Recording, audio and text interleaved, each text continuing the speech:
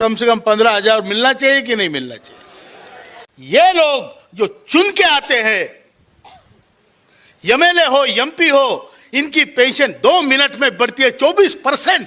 हमें लटका के रखा है सालों साल मरने के लिए, सड़ने के लिए, और ये समाज सेवक 2 मिनट में अपनी पेंशन बढ़ा लेते हैं। इस देश पर हमारा भी उतना ही हक है। 15,000 मिनिमम जो पेंशन होनी चाहिए ईपीएस 95 के तहत। राहुल जी ने खुद सभी ट्रेड यूनियनों के साथ मिलकर इस विषय पर बातचीत की थी और उन्होंने इस मुद्दे को उठाया था। कितने साल हो गए आपको? ये हमारे 9 साल से हमारा लड़ाई चल रहा है। मीटिंग भी हुई है हमारे मोदी जी से 2 बार, सीतारमण जी से 3 बार, मांडविया जी से 5 बार, तो समिति के साथ मीटिंग हुई है और हर बार आश्वासन दिया गया है कि आपकी पूरे मांग को हम जल्द से जल्द पूरा करेंगे। मुख्य मांगे हैं कि हमारा जो पेंशन है उसको 1,000 रुपये से बढ़ा करके कम से कम 7,500 किया जाए और साथ में डीए को भी प्रतिवर्ष वर्ष किया जाए। दूसरा मांग है हमारे विधवा पेंशन को 100% किया जाए। तीसरा मांग है हमारे चिकित्सा सुविधाएं पूरा 100% किया जाए। ईपीएस 95 पेंशनर्स को 1,000 रुपये से 7,500 रुपये या 15,000 रुपये plus DA plus medical allowance कब? पूरी सच्चाई जानिए। नमस्कार दोस्तों, स्वागत है आपका हमारे चैनल पर। आज हम एक ऐसे मुद्दे पर बात करने जा रहे हैं जिसने देश भर के लाखों ईपीएस 95 पेंशनर्स को लंबे समय से चिंतित कर रखा है। क्या ईपीएस 95 पेंशनर्स को केवल 1,000 रुपये महीने की न्यूनतम पेंशन देकर उनकी अनदेखी की जा रही है? क्या न्यूनतम पेंशन 7,500 रुपये तक बढ़ सकती है?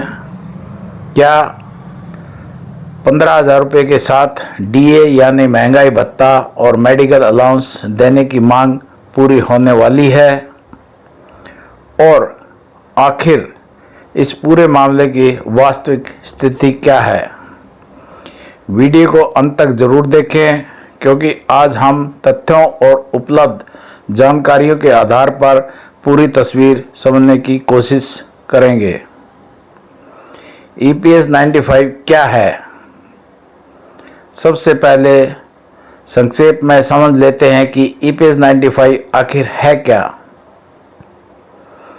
एम्प्लॉयज पेंशन स्कीम यानी ईपीएस 95 वर्ष 1995 में शुरू की गई एक पेंशन योजना है जिसका उद्देश्य संगठित क्षेत्र के कर्मचारियों को रिटायरमेंट के बाद पेंशन प्रदान करना है।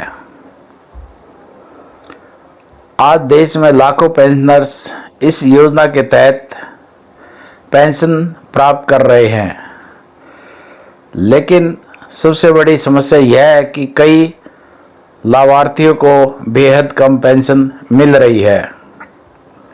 सरकार द्वारा निर्धारित न्यूनतम पेंशन वर्तमान में 1,000 रुपये प्रति माह है, जिसे कई पेंशनर्स अपनी आवश्यकताओं के लिए अपर्याप्त बताते हैं। 7,500 रुपये पेंशन की मांग क्यों? ईपीएस 95 पेंशनर्स के विभिन्न संगठन लंबे समय से न्यूनतम पेंशन को बढ़ाकर 7,500 रुपये प्रति माह करने की मांग कर रहे हैं। इसके पीछे मुख्य कारण है बढ़ती महंगाई, चिकित्सा खर्चों की वृद्धि, बुजुर्गों की आर्थिक सुरक्षा, सम्मानजनक जीवन यापन की आवश्यकता। पेंशनर्स का कहना है कि वर्तमान समय में 1,000 रुपये की राशि दैनिक आवश्यकताओं को पूरा करने के लिए पर्याप्त नहीं है। यही कारण है कि विभिन्न मंचों और संगठनों द्वारा सरकार के सामने लगातार यह मांग रखी जा रही है। 15,000 रुपये plus DA plus medical allowance की मांग। अब बात करते हैं उस मांग की जिसने सबसे अधिक चर्चा बटोरी है। कई पेंशनर संगठन न्यूनतम पेंशन को 15,000 रुपये प्रति माह करने के साथ साथ महंगाई भत्ता यानी डीए और मेडिकल अलाउंस देने की मांग भी उठा रहे हैं। उनका तर्क है कि कर्मचारियों के वेतन में समय समय पर संशोधन होता है, सरकारी कर्मचारियों को डीए का लाभ मिलता है, वृद्धावस्था में मेडिकल खर्च तेजी से बढ़ जाते हैं, इसलिए पेंशन में भी समयानुसार संशोधन होना चाहिए। हालांकि अभी तक इस संबंध में कोई व्यापक और अंतिम सरकारी घोषणा लागू नहीं हुई है। सरकार और ईपीएफओ का रुख। अब सबसे महत्वपूर्ण प्रश्न, क्या सरकार ने इस मांग को स्वीकार कर लिया है?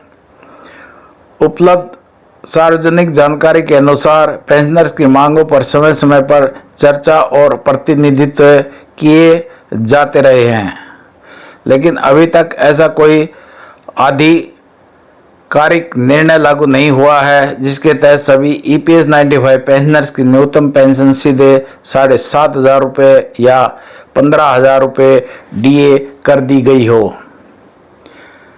इसलिए सोशल मीडिया पर आने वाली हर खबर को सत्य मानने से पहले आधिकारिक सूत्रों की जांच करना जरूरी है।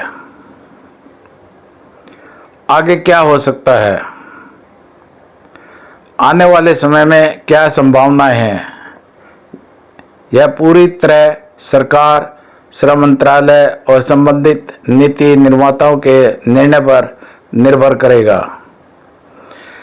यदि भविष्य में कोई संशोधन या राहत पैकेज घोषित किया जाता है तो उसका लाभ लाखों EPS पेंशनर्स को मिल सकता है, लेकिन जब तक कोई आधिकारिक अधिसूचना जारी नहीं होती तब तक किसी भी दावे को अंतिम निर्णय नहीं माना जा सकता।